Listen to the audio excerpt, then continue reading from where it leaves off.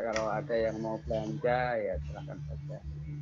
Ya, kalau yang mau ada konsultasi untuk keperluan proposal dipersilahkan. Baik, sekarang selain mikrofonnya saya matikan, sekarang kita tes dulu semua video dinyalakan. Semua video dinyalakan coba. Semua video dinyalakan.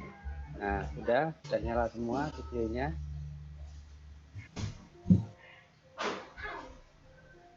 Ya, semua video di apa yang nggak punya video siapa yang beda, ada yang masih muter-muter. Ya, baik. Kalau titik gerakan saya ya biar nyambung.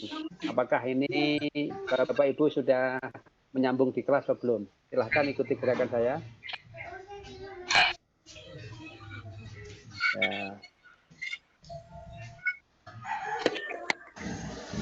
Ya, berarti ada sekian 1, 2, 3, 4, 5, 6, 7 yang nggak bisa mengikuti, 8 yang nggak bisa mengikuti saya karena videonya nggak ada.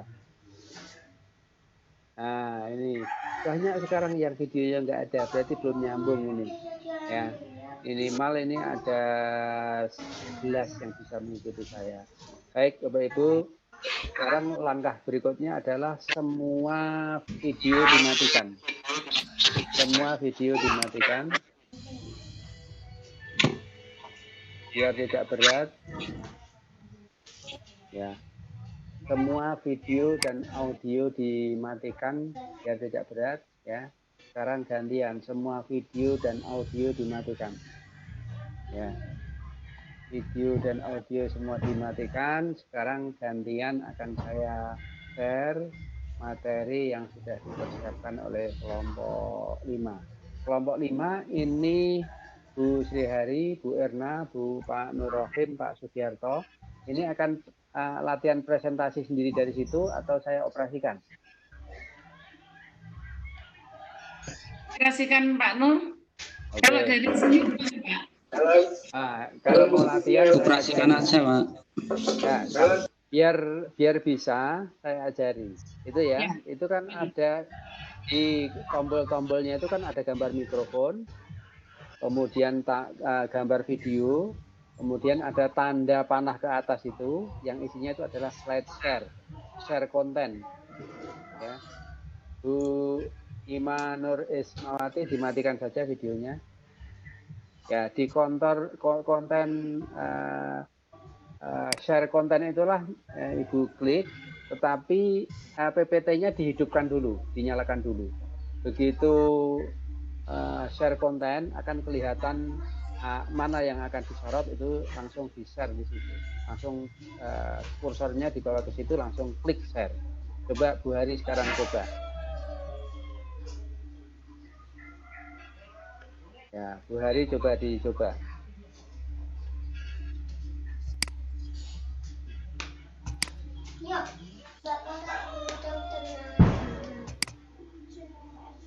Ya, bisa kan? Wah, bisa. Diulangi lagi. Oh, hilang.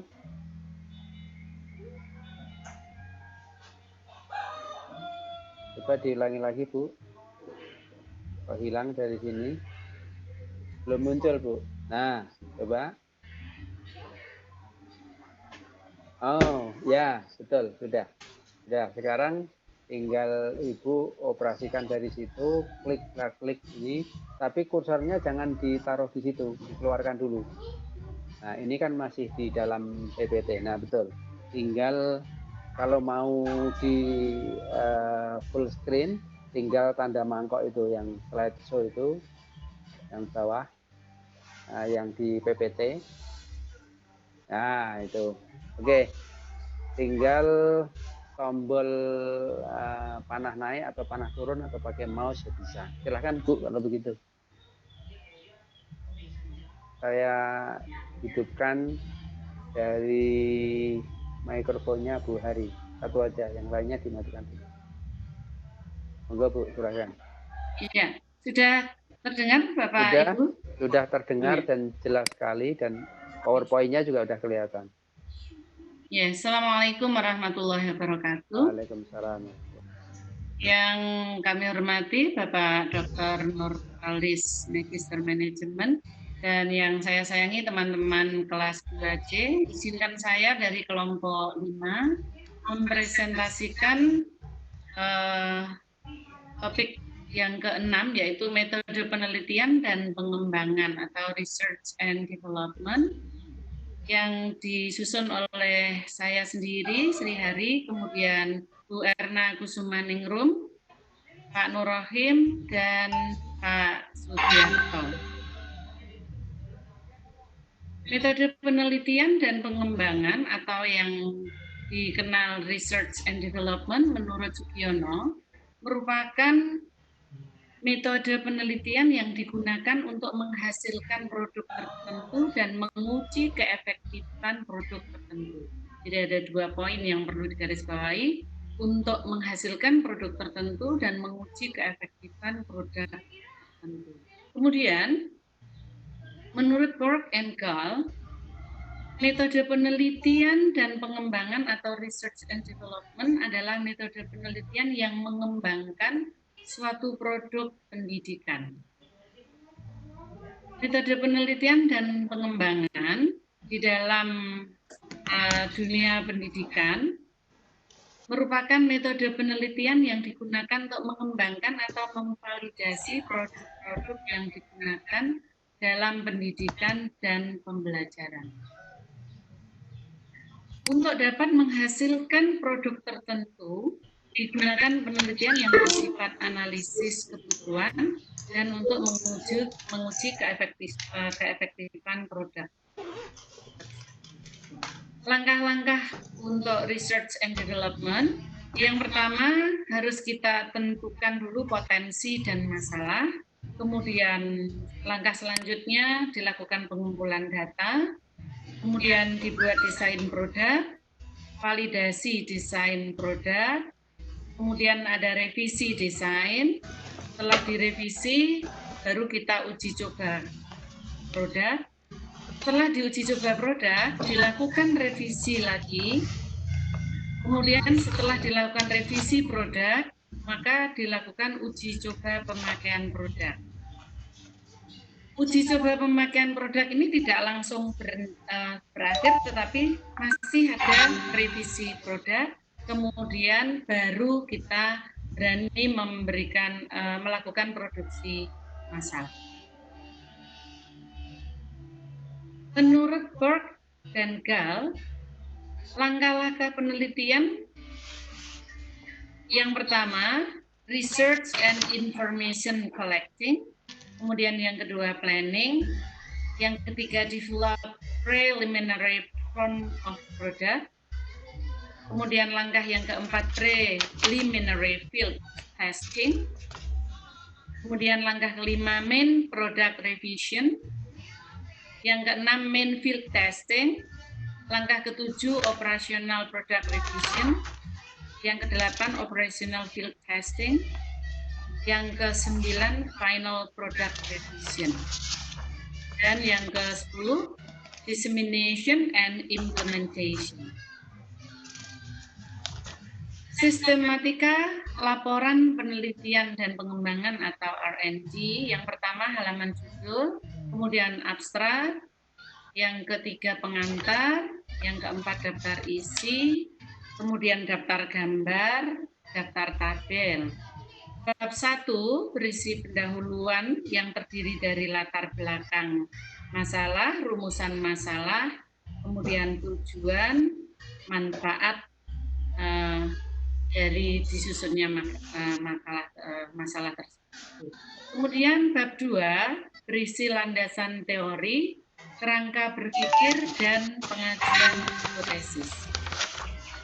Di dalam landasan teori, kerangka berpikir, dan pengajuan hipotesis, di situ diuraikan deskripsi teori, kemudian kerangka berpikir, hipotesis dari produk yang akan dihasilkan.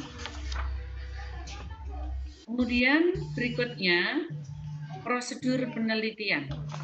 Di dalam prosedur penelitian dicantumkan langkah-langkah penelitian, metode penelitian tahap 1 yang terdiri dari populasi sampel sumber data, kemudian teknik pengumpulan data, instrumen penelitian, kemudian analisis data, perencanaan desain produk, validasi desain, kemudian langkah yang ketiga adalah metode penelitian tahap 2, model rancangan eksperimen untuk menguji populasi sampel, pengumpulan data, instrumen penelitian, dan teknik analisis data.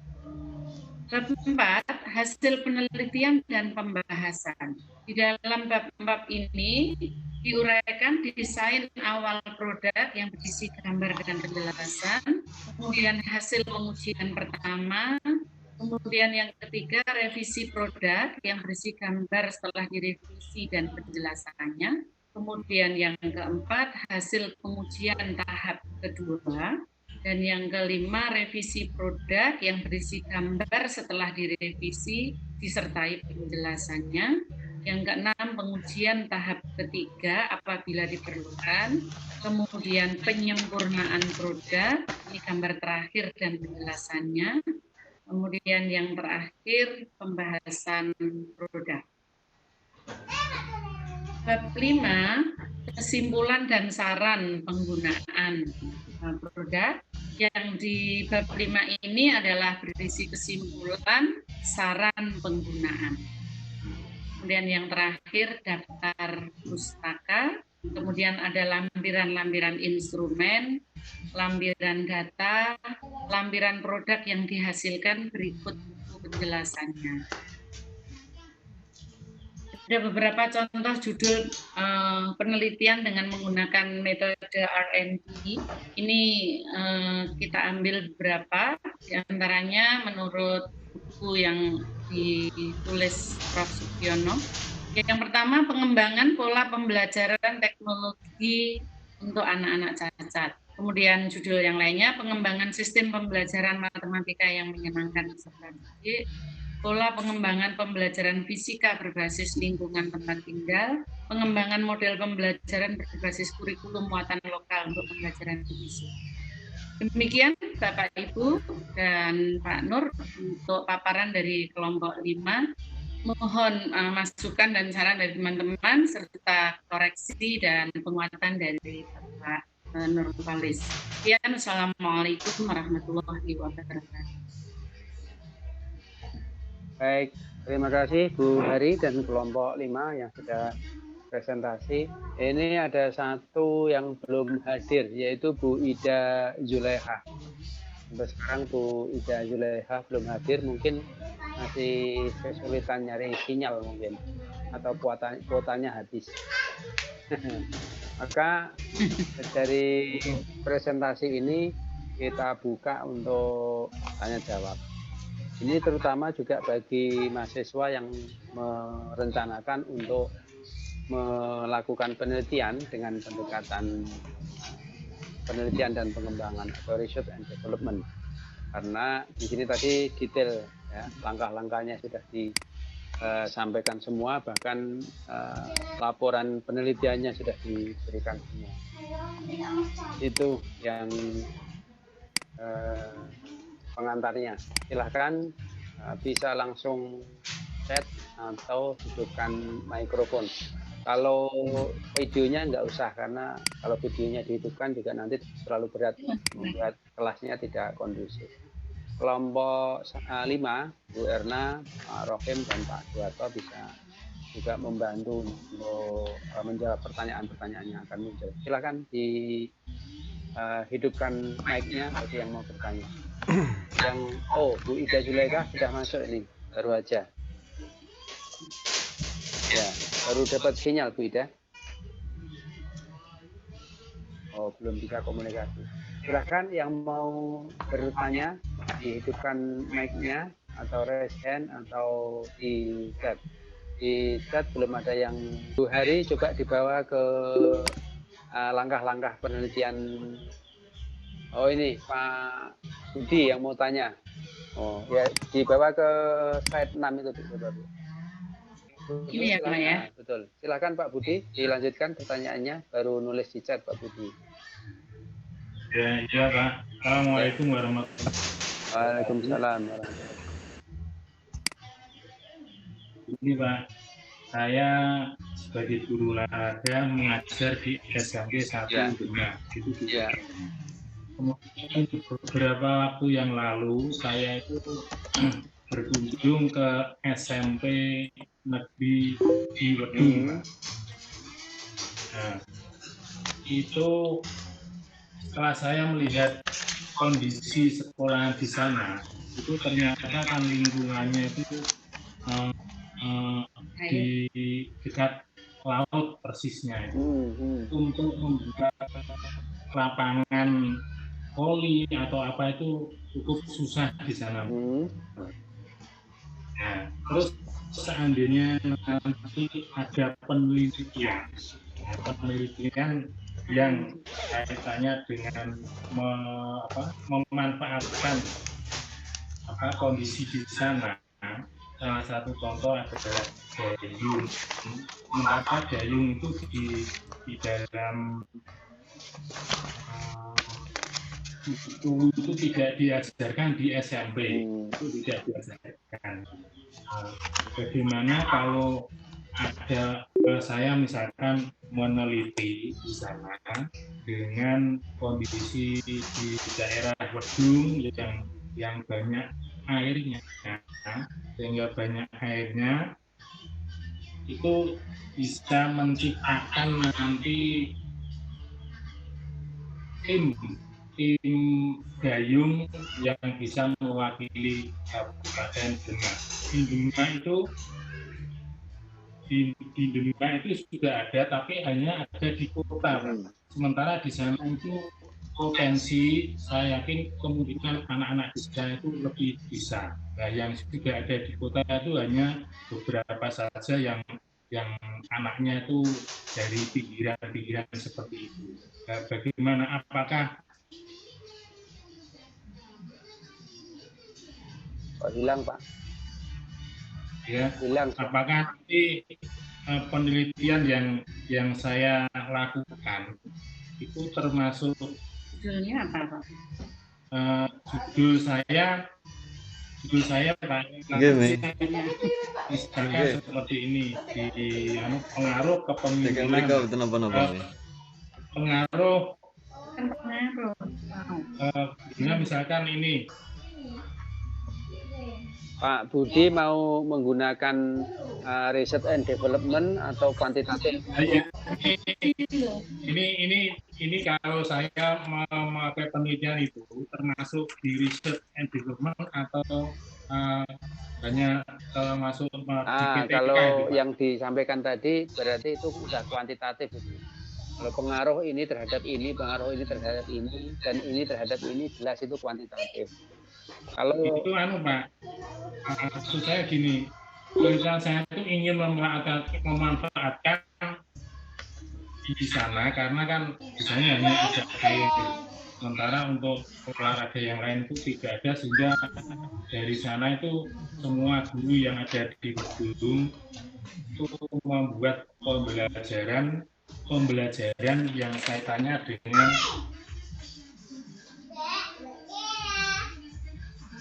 pembelajaran pengembangan kurikulum olahraga Pak, itu. Jadi nanti dengan mendayung itu nanti apakah itu kalau sudah diteliti semuanya itu termasuk RND atau hanya seperti PTK itu? Nah, kalau PTK kan kaitannya dengan mengajar. Ya. Kalau PTK kan kaitannya dengan mengajar, kalau PTS kan dengan manajemen sekolah. Kalau mau menggunakan R&D, Research and Development, maka saya beri ancer-ancer judul begini. Pengembangan model pelatihan dayung. Nah, pengembangan model pelatihan olahraga dayung di Kecamatan Wedung. Nah, itu udah jadi Research and Development. Nah, pengembangan pelatihan. Jadi yang dikembangkan kan mau Research and Development, maka mengembangkan model. Nah, berarti Bapak nanti akan model yang selama ini ada di Demak atau di tempat lain yang lama itu seperti apa, kemudian desain baru yang Bapak tawarkan seperti apa, kemudian divalidasi, diuji coba, direvisi, uji coba pemakaian, sudah jadi. Kan di Demak sudah ada olahraga dayung, Pak? Sudah ada Pak, tapi di kota itu Nggak filmnya apa-apa. ada di kota. Berarti itu menjadi desain lama, ya kan? Desain lamanya adalah model pelatihan. Desain lamanya adalah model pelatihan dayung. Ya. Nah, ya sementara model yang Bapak tawarkan itu adalah model pelatihan dayung yang baru yang menurut desain Bapak sesuai dengan kondisi di gedung. Itu. Nah, itu nanti adalah kan model pelatihan itu berarti manajemennya, Pak, karena manajemen pelatihan kan. Karena Bapak kan jurusannya manajemen pendidikan, maka harus merembet ke manajemen. Ya. Berarti metode apa ya? Manajemen pelatihannya gayung terus sampai tercipta tim iya, gitu, model pelatihannya bukan hanya manajemennya. Kalau manajemennya saja nanti masuknya kualitatif. Kan Bapak mau menggunakan research and development, mau mendesain baru di sana sesuai dengan kondisi setempat, maka nanti kalau di Demak Kota itu model pelatihannya adalah seperti ini, tetapi kalau saya di khusus Kecamatan Gedung karena kondisi lingkungannya seperti ini, potensi alamnya seperti ini, kondisi masyarakatnya seperti ini, maka saya menciptakan khusus model pelatihan ini di Kecamatan Gedung. Gitu. Jadi merevisi dari model yang sudah ada selama ini. Jadi itu nanti produknya apa? Produknya ya model baru pelatihan olahraga dayung. Olahraga dayung. Ya, manajemennya kan berarti itu. Berarti Pak ya yang ada di kota dan di gedung itu nanti bisa sebagai perbandingan karena permasalahannya itu mungkin berbeda. Ya, betul. Dari kondisi yang sudah ada itulah Bapak mengembang apa? Saya kuliah. Ya Pak, jadi bisa dibandingkan nanti mungkin bisa hasilnya nanti bisa akan terlihat dengan permasalahan di situ Pak. Betul. Ya, oke. Begitu. Ada lagi yang sudah tanya Pak. Bentar, yang sudah ngantri di dulu. Ya, Setelah Pak Budi, Pak Tresno. Oh, enggak Pak. Pak Tresno silakan. Terima kasih Pak. Yang ingin saya tanyakan, ini kan seandainya dalam penelitian riset and development apakah bisa digunakan seperti kasus seperti ini Pak. Ini saat ini kan kita menghadapi situasi kondisi yang himbauannya untuk belajar di rumah. Jadi semua pembelajaran di sekolah-sekolah itu kebanyakan bisa melalui daring. Padahal di setiap instansi atau sekolah itu bermacam-macam metode yang digunakan. Ada yang melalui WA, ada yang lewat Webex, lewat Zoom dan lain-lain. Dan muaranya sampai di akhirnya itu mutu atau kualitas Pak. Kualitas pendidikan melalui media daring dengan apa itu? Tatap muka. Iya, tatap muka ataupun chatnya itu bisa mempengaruhi kualitas mutu pendidikan itu. Kira-kira bisa menggunakan riset and development atau tidak Pak? Terus terus untuk mengukurnya, bagaimana kita untuk mengkaji atau mengukur hasil dari kajian ini, dan kira-kira bagaimana langkah-langkahnya Pak? Terima kasih Pak. Nah, kalau sekarang kan pembelajarannya kan tidak bisa lakukan secara konvensional, karena diganti dengan daring.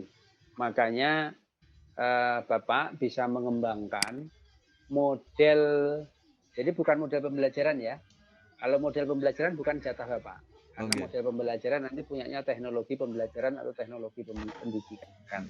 Yang Bapak harus kembangkan adalah model manajemen penyelenggaraan daring. Ya. Oke. Nah, bukan manajemen pembelajarannya, tapi manajemen sekolah atau manajemen penyelenggaraan daringnya. Dari yang dipotret adalah dari sisi manajemennya. Ya. Jadi desain lamanya apa? Desain lamanya ya Bapak cari penyelenggaraan daring selama ini sudah ada yang full atau belum? Kalau sepengetahuan saya selama ini daringnya itu adalah campuran antara luring dan daring. Ya. Daring itu memang harus semacam ini. Ya, kita komunikasinya, interaksinya itu antara guru siswa, siswa dengan materi ini langsung. Tetapi kalau masih menggunakan email, ya, itu berarti masih itu namanya belum interaktif. Ya, kuncinya di pembelajaran daring atau e-learning atau online ini harus interaktif. Nah, bagaimana desainnya kan Bapak yang buat sendiri, desain lamanya seperti ini, desain barunya seperti apa sesuai dengan teori-teori yang Bapak cari di teori e-learning nanti. Kemudian validasinya bagaimana? Validasinya ya melalui para ahli manajemen pembelajaran daring. Kemudian nanti uji cobanya di mana? Ya kalau sekarang itu uji coba pembelajaran daring, manajemen daring itu sangat mungkin karena masanya baru semacam ini. Ya pas ini. Tetapi kan kita nggak tahu ini sampai kapan kita. Nah, kalau nanti COVID sudah selesai, apa sekolah kembali ke asalnya konvensional tatap muka semua, atau nanti harus diwajibkan blended learning. Blended learning itu berarti offline sama online. Luring sama daring. Itu namanya blended. Kalau perkiraan saya di Indonesia itu akan ada kewajiban nanti mulai PAUD sampai perguruan tinggi itu semua harus blended. Karena kalau kejadian semacam ini tidak shock. Kalau sekarang ini kita shock berat. Nah, itulah yang Bapak harus desain. Ya. Bapak harus memprediksi ke depan itu seperti apa. Kalau ini kira-kira lama sampai dengan masa penelitian Bapak nanti adalah COVID-nya masih terus dan kita wajib untuk pembelajarannya daring full, maka Bapak desain itu. Tapi kalau diprediksi, kalau prediksi para ahli kan Juli itu sudah mulai menurun. Maka desain yang Bapak kembangkan adalah desain manajemen pembelajaran blended. Blended itu campuran online dan offline. Blended namanya. Itu teorinya ada itu. Kalau online itu harus bagaimana, kalau blended itu harus bagaimana. Nah, jadi Bapak tetap harus bidik dari sisi manajemennya. Nanti produknya apa? Produknya ya berupa model atau sistem manajemen pembelajaran daring atau manajemen pembelajaran blended. Itu. Kalau saat sekarang ini sangat mungkin karena semua masih daring semua. Ya kan? Cuma kan Bapak antisipasi, mulai nulis itu kan nanti berarti semester 3 kan, awal semester 3 itu berarti September. Ya, tunggu saja. Kalau menurut saya berdasarkan pengalaman banyak negara, itu seperti India, China, dan lain-lain itu kan sekarang sudah mulai pelonggaran. Berarti kira-kira 4 bulan sejak bulan kita kan menerima dampak yang serius itu Maret, April, Mei, Juni. Nah, Juli itu sudah mulai mereda. Maka Bapak harus siapkan apakah mau full online atau e-learning atau akan mengambil yang blended. Saya itu besar keyakinan saya Indonesia itu akan didorong ke blended. Karena kalau online terlalu mahal, tapi kalau offline atau kembali ke konvensional tatap muka itu terlalu beresiko. Karena kita akan ketinggalan zaman, kalau ada penyakit yang serupa itu akan shock semacam ini. Itu perkiraan saya. Gitu, Pak. Oke, terima kasih, Pak. Terus yang gini, Pak. Untuk silakan. sasaran untuk uji cobanya? Apakah dari beberapa sekolah atau ditentukan, Pak? Misalnya 5 sekolah atau satu Nah, sekolah? ya, kalau satu sekolah nggak bisa biasanya, ya itu paling tidak 3 atau 4 sekolah, termasuk sekolah sendiri yang menjadi uji coba pertama itu bisa. Untuk uji coba pertama kali bisa menggunakan sekolahnya sendiri, kemudian uji coba berikutnya itu bisa di sekolah tetangga yang sekitarnya. Jadi kalau SMP ya paling enggak 3 sampai 4 atau 5 SMP itu bisa. Oh. Terus baiknya Ya. bagaimana, Pak? Kalau sudah melakukan misalnya uji coba sebelumnya di sekolah sendiri dan 2 sekolah di sekolah tetangga. Instrumen apa yang bisa digunakan dalam penelitian ini, Pak? Instrumennya kan itu Pak. Mulai instrumennya ini paling enggak ada 2, yaitu instrumen validasi desain. Ini lihat yang di PowerPoint-nya Bu Hari. Yeah. Kan Bapak nanti kan mengumpulkan data ini di awal, kemudian mendesain, ya, mendesain itu adalah membandingkan antara desain yang sudah ada ke desain baru, ya. Kemudian Bapak instrumen pertama akan muncul di sini, validasi desain. Siapa yang memvalidasi? Ya ahli-ahli pembelajaran, ahli-ahli teknologi pendidikan yang menurut Bapak bisa diminta. Itu siapa? Nah, kemudian Bapak merevisi lagi. Nah, kemudian uji coba produk. Lah, saat uji coba produk itulah Bapak menggunakan instrumen lagi. Apa kekurangannya, apa kelebihannya, bisa jalan atau tidak, itu ada instrumennya lagi di sini. Baru direvisi lagi. Nah, setelah itu uji coba pemakaian. Kalau mahasiswa yang mau membuat tesis atau disertasi, cukup sampai uji coba pemakaian. Tidak usah sampai revisi dan produksi massal yang terakhir 2 ini nggak usah. Cukup sampai revisi kedua. Berarti sampai uji coba pemakaian ini ya, artinya sampai uji coba pemakaian. Berarti sebuah sistem yang bisa digunakan dalam pembelajaran, misalnya kalau ambil yang blended tadi, yaitu sistem yang bisa digunakan dalam offline tatap muka maupun dalam daring seperti itu, Pak, ya? Iya, betul. Nah, bentuknya instrumen seperti apa tergantung ke teori yang Bapak Ibu temukan selama mengkaji teori gitu. Jadi sebetulnya sangat bermanfaat kalau bisa melakukan penelitian dan pengembangan ini, sangat bermanfaat untuk sekolah-sekolah atau dinas pendidikan, terutama model blended learning yang sekarang ini di Dinas Demak sendiri kan nggak pernah ada. Ya kan? Belum ada. Oke, saya melanjutkan berikutnya Bu Widyastuti. Berapa jarak waktu yang melakukan revisi produk? Tergantung Bapak Ibu melakukan revisinya cepat atau enggak. Kalau sudah diketahui kekurangannya itu sedikit, revisinya itu sedikit, maka ya cepat. Hitungannya berapa lama? Ya peneliti sendiri yang tahu. Kemudian Pak Tri Yunianto, apakah dalam research and development harus menghasilkan produk? Betul, wajib. Ya, menghasilkan produk. Apakah itu produk yang betul-betul baru atau produk yang memperbaiki produk berikutnya? Ya, lihat itu yang penjelasannya kelompok tadi, harus ada produknya. Kan namanya pengembangan. Bahkan kalau di ilmu-ilmu sosial seperti pendidikan, produknya itu berupa apa? Produknya itu berupa kebijakan, itu bisa. Namanya rekayasa sosial.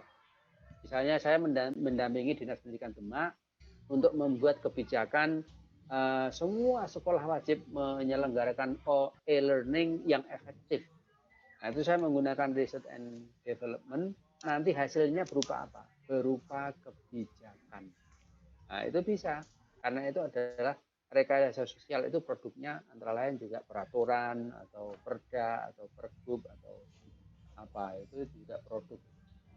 Kemudian Bu Rika Faroh, dalam penelitian research and development berapa sekolah yang dibutuhkan untuk diteliti? Tapi sudah, ya. Nah, jangan hanya satu. Kalau satu nanti kalau kondisinya berbeda tidak bisa diterapkan. Karena ada uji coba beberapa kali kan tadi. Ya. Cobanya kalau di sini sampai 3 kali, tapi kalau mahasiswa bisa 2 kali. Paling enggak ya minimal 3 sekolah lah.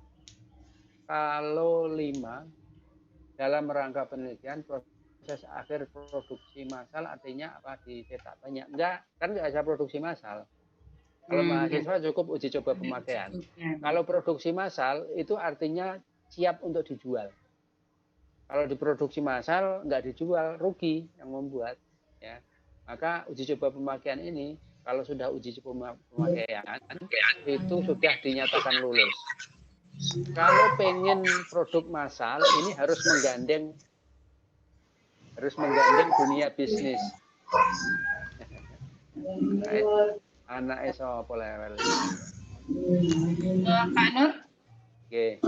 Nur, ini saya kembali ke pertanyaan Pak Tresno sekalian mau tanya Pak. Oke. Kalau untuk mahasiswa manajemen pendidikan itu kan batasannya kan tidak ke pembelajaran. Nah, yang di penelitian kalau yang dilakukan seperti Pak Tris tadi, kemudian terkait dengan itu tidak terkait dengan pembelajaran Pak kalau yang tadi. Itu kan tadi juga penggunaan blended learning untuk pembelajaran juga. Berarti kan seandainya saya membuat metode yang lain gitu misalnya. Oh, nggak. Ya, jadi misalkan kelolaan blended learning, itu gurunya kan, karena yang akan menggunakan siapa kepala sekolahnya yang akan mengelola. Berarti penggunaan blended learning itu kan bisa diganti dengan model yang lainnya Pak, misalnya dengan seperti yang tadi Pak Budi, media terjangkau atau dengan lingkungan sekitar masyarakat, bisa enggak itu? Boleh dibolehkan enggak? Ya, bisa.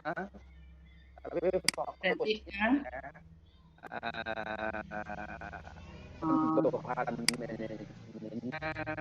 pelatihan dayung tadi manajemennya, pelatihan itu kan manajemennya harus dididik karena zona kita bahwa ontologi manajemen pendidikan itu adalah fakta. Iya.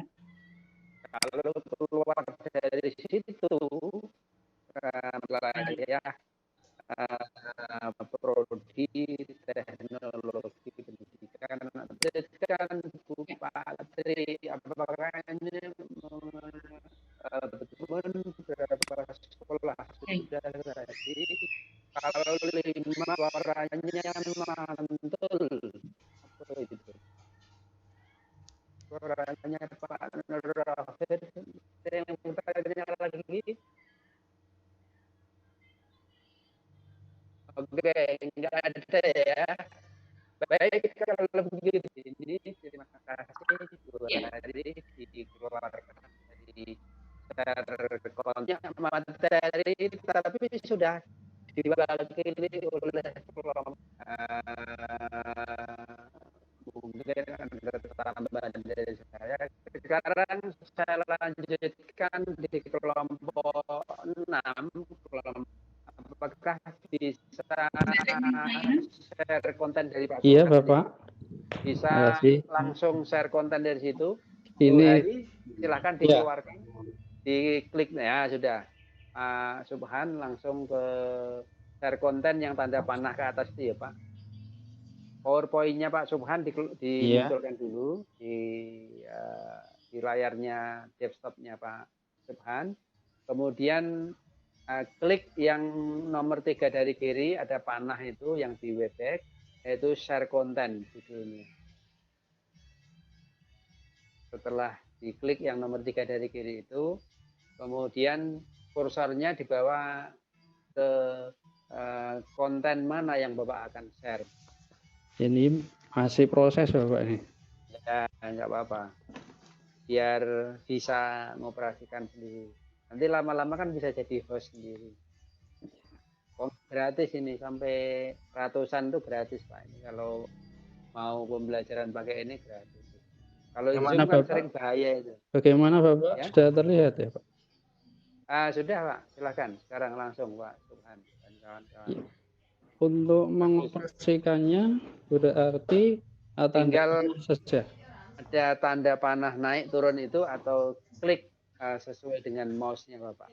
Dari situ sendiri. Kalau sudah Bapak share konten dari situ, Bapak yang melakukan. Silakan. Maaf Bapak, saya belum bisa memindah slide 1 dan slide 2 gitu ya. Ini Bapak pakai mouse atau pakai mouse? Apa? Pakai mouse, tinggal klik kiri atau kanan. Coba.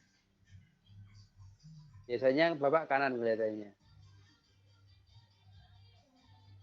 Semua aplikasi ditutup kecuali itu. Untuk chat, untuk partisipan ditutup. Ya, tinggal muncul itu. Atau Bapak bisa pakai di laptop itu ada panah naik gitu. atau turun itu. Ya, coba dicoba dulu.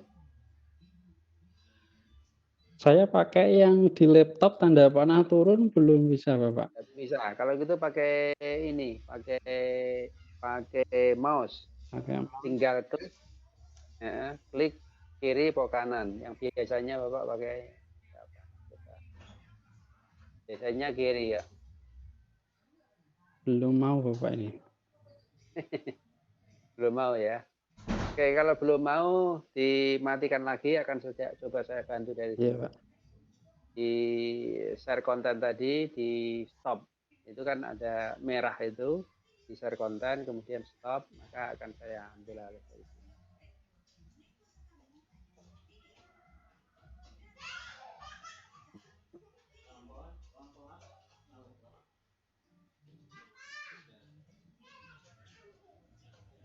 Ya.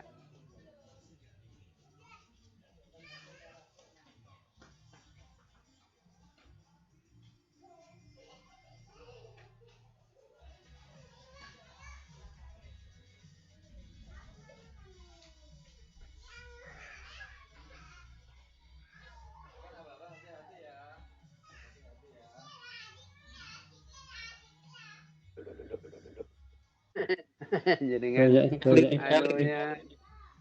Iya, Gimana itu ditutup aja. Harusnya yang share konten tadi, Pak.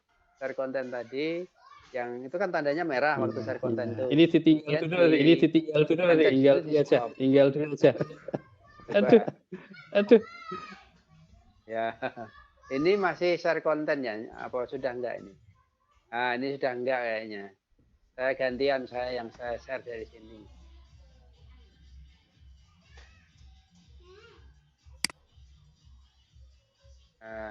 Pak Tri Agung Setiawan, di stop saja share konten jenengan.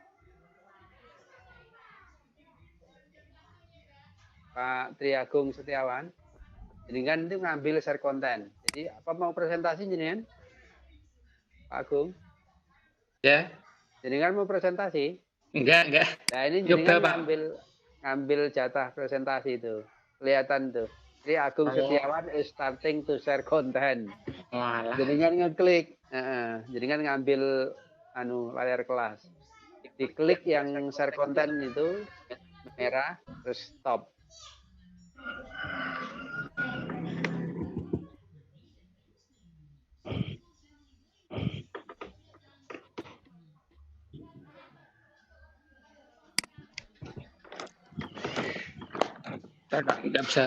Nggak bisa keluar ya Pak? Ya bisa kelihatan Pak. Nggak bisa keluar Pak. Itu yang tanda-tanda tadi itu Pak. Iya. Itu kursornya diarahkan situ. Okay. Pasti itu ada yang tanda merah itu adalah share konten. Pas di tanda merah share konten itu ganti stop konten. Stop share konten. Stop share konten ya. Ya, yang pas yang tanda merah share konten itu. Belum ketemu juga Pak. Tadi ya pencet Pak. Kalian jenengan ngambil peran.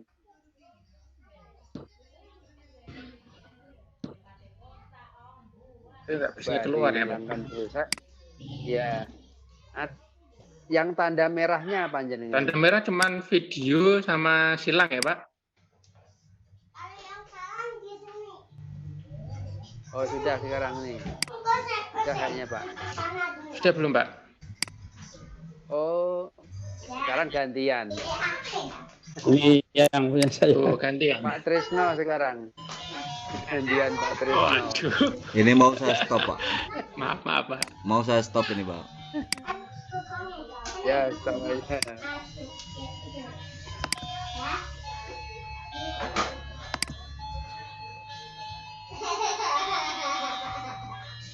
Masih napa?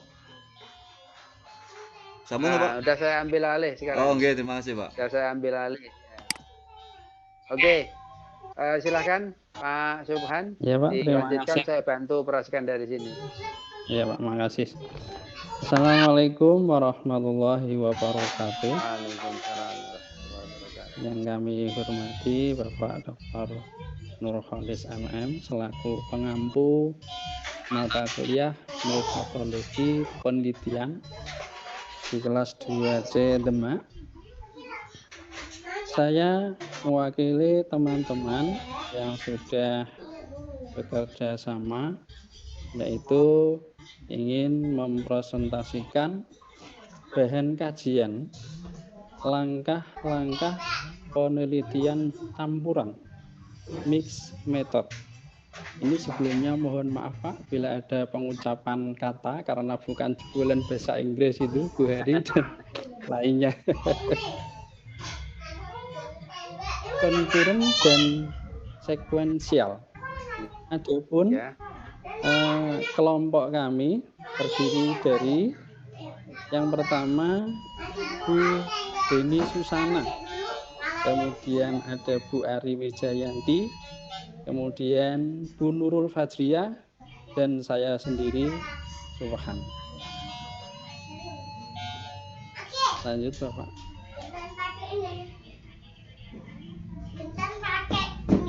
Selanjutnya, sebelum berlanjut ke selanjutnya,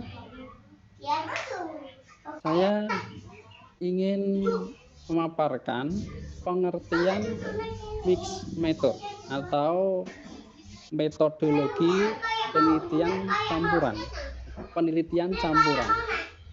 Penelitian metodologi campuran merupakan pendekatan penelitian yang mengombinasikan atau mengasosiasikan bentuk kualitatif dan kuantitatif.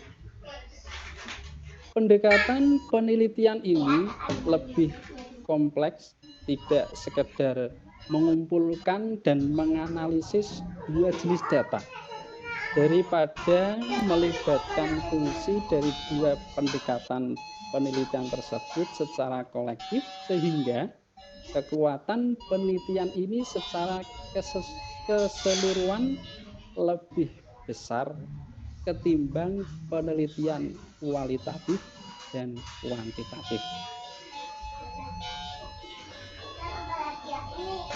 Sebelum lebih jauh, kami ingin merefresh kaitannya dengan beberapa metode penelitian yang sudah kita pelajari pada pertemuan sebelumnya, di mana ada langkah-langkah penelitian kualitatif, kemudian ada langkah-langkah penelitian kuantitatif, dan yang sekarang kami paparkan adalah langkah-langkah penelitian campuran atau dengan istilah lain mix method, di mana mix method ini, metode penelitian campuran ini ada dua, yaitu konkuren dan sekuensial. Yang kami bahas yang pertama adalah konkuren atau campuran. Ini ada tiga model. yaitu yang pertama concurrent triangulation. Model ini peneliti menggunakan metode kuantitatif dan kualitatif secara bersama-sama, baik dalam pengumpulan data maupun analisisnya, kemudian membandingkan data yang diperoleh. Kemudian model concurrent yang kedua adalah model concurrent embedded strategy, di mana penelitian yang mengombinasikan penggunaan metode penelitian penelitian kuantitatif dan kualitatif secara simultan atau bersama-sama dengan bobot yang berbeda. Kemudian model penelitian concurrent yang ketiga adalah transformatif, di mana peneliti dipandu dengan menggunakan teori perspektif, baik teori kualitatif maupun kuantitatif. Sebagai memperjelas selanjutnya ada tema atau kami dengan istilah kuadran varian metode kombinasi. Ada kuadran 1, kuadran 2, kuadran 3, dan kuadran 4. Kami mengambil yang concurrent, yaitu di kuadran 1 dan di kuadran 4. Di kuadran 1 kami menulisnya dengan huruf besar, kual, tanda plus, dan ini berarti punya campuran, punya porsi yang sama, beriringan, dicampur gitu. Kemudian pada concurrent atau kuadran yang keempat, kuadran 4 bawahnya, kami menulisnya dengan huruf besar, kual, tanda plus, kemudian kami tulis kuan dengan huruf kecil. Ini berarti bobot yang berbeda, entah itu kualitatifnya yang punya bobot yang lebih besar maupun kuantitatifnya yang lebih besar. Next, Pak.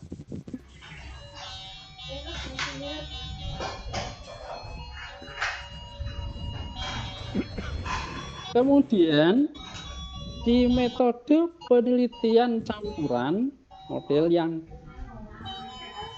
sequential explanatory, ribet Pak kalau ini Pak.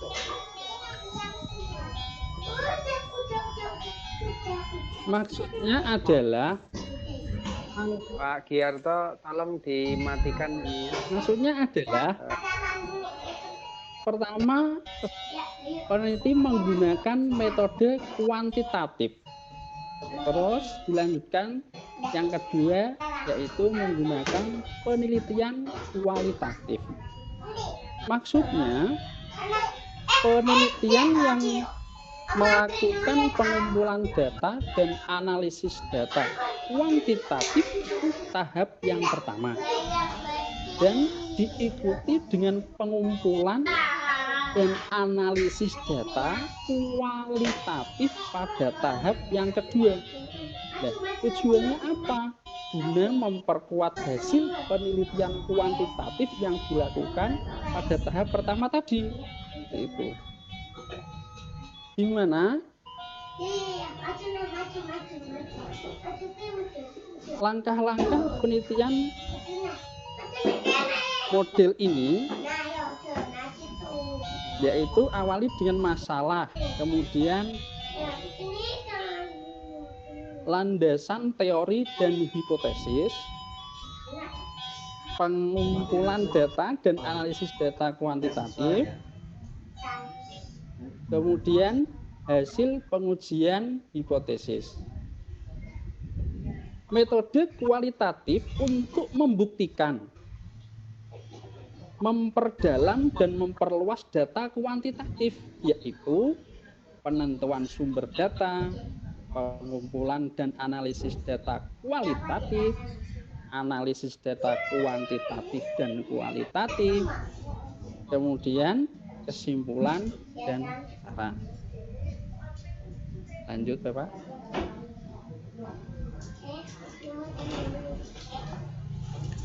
Kemudian metode penelitian campuran sequential exploratory. Ini adalah yang berurutan. Pertama, peneliti menggunakan metode ini sebelumnya ini hampir sama dengan metode explanatory, metode tadi. Hanya saja cara kerjanya yang dibalik, Pak. Yaitu metode penelitian kualitatif dulu, baru kuantitatif. Ampun dikasih cerot-cerot Dengan Mbak Ila. cara kerja Ampun nak kena ipat engko ya. yaitu pertama adanya masalah, kemudian dikajian teori, kemudian pengumpulan dan analisis data, kesimpulan hasil penelitian. Metode kuantitatif menguji hipotesis, yaitu populasi dan sampel, pengumpulan data, analisis data, kesimpulan dan saran. Ini adalah macam model metode penelitian campuran.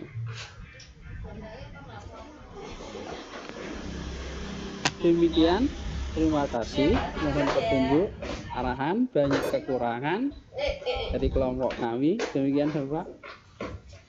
Assalamualaikum warahmatullahi wabarakatuh. Waalaikumsalam. Pak Tuhan ini juga sudah komprehensif jelaskan.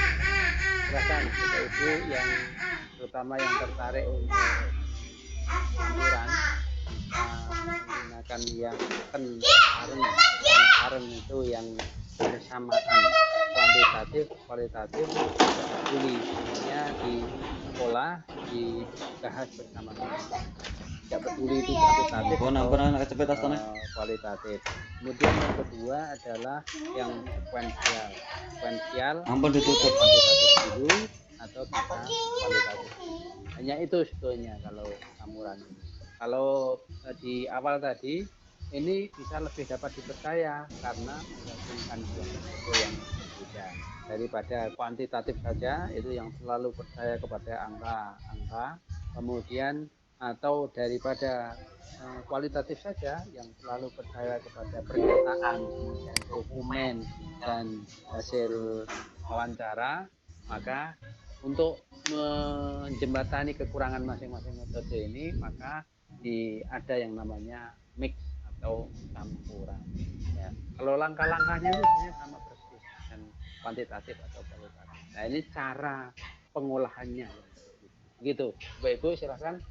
Ada yang mau bertanya, menanggapi atau tertarik untuk melakukan penelitian ini sehingga perlu bertanya di forum ini. Silakan. Apa? Kita juga boleh. Tanya. Ada saran lagi? Monggo. Monggo Bu.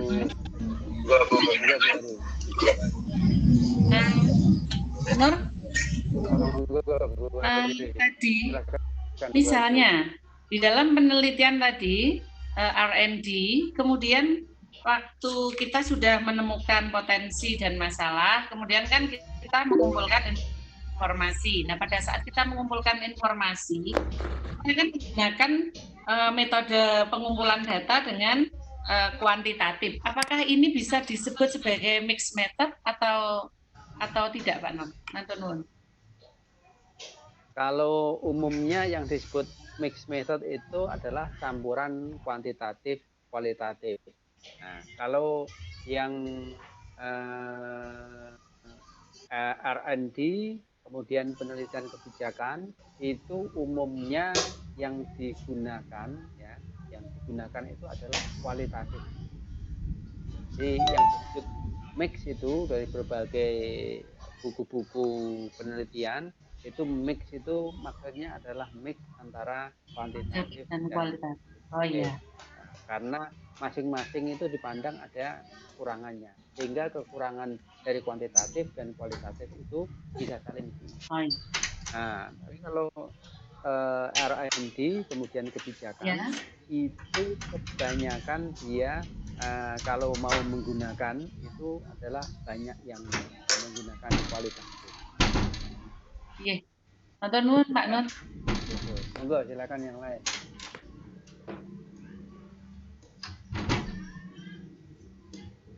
Wah, kalau enggak ya berarti nanti jam 3 istirahat setelah sholat. Nanti kalau yang mau ikut lagi terutama konsultasi proposal tetap saya layani, kalau enggak ya yang mau masak ya masak. Tapi ini saya sesi ini akan saya akhiri. Saya akan ganti tayangkan materi saya Pak Nur, tentang Pak Nur. ya monggo. Pak itu ada Monggo silakan. di chat Pak. Saya ada pertanyaan di chat. Ada pertanyaan ya. Iya Pak. Oke. Bu Elda, apakah dalam metode kombinasi concurrent membutuhkan sekolah lebih dari satu, Pak? Nah, karena ini kuantitatif, kualitatif, ya mestinya lebih dari satu. Karena kalau hanya satu saja, nanti hanya applicable untuk yang kualitatif. Sementara kualitatifnya tidak bisa. Karena cirinya kuantitatif itu kan pasti harus ada populasi, harus ada sampel, ada sampling. Sementara yang kualitatif kan tidak ada. Jadi memang harus lebih dari satu. Selama di UGRIS belum pernah saya temui mahasiswa itu meneliti itu menggunakan gabungan atau mix, itu belum pernah. Mau dilaksanakan kuantitatif saja sudah rumit atau kualitatif saja sudah rumit, kok nambahi kualitatif kuantitatif. Itu umumnya begitu. Jadi memang karena ini dua-duanya harus dipenuhi. Ini satu Pak, betul. Minimal berapa Pak? Minimal berarti harus memenuhi sampel itu berapa? Ya, sampel itu harus melihat populasinya berapa di situ, terus menggunakan kaidah berapa sih banyaknya data yang bisa diolah dengan menggunakan statistik diferensial. Data yang digunakan menggunakan statistik diferensial itu minimal adalah 30 atau ada yang mengatakan 30. Jadi ada dua yang diperhitungkan, yaitu availabilitas data yang bisa diolah dengan menggunakan diferensial. Yang kedua adalah besarnya populasi di wilayah ini. Jadi berapanya bisa tergantung dari populasi dari wilayah ini. Oke. Sekali lagi, Bu Ida mau tanya? Soalnya videonya sudah nyala itu. Ida mau tanya? Karena yang saya pertanyaannya Oke. Pak Heru.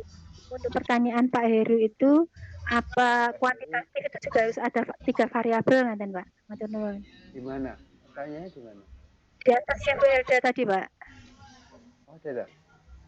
Oh iya.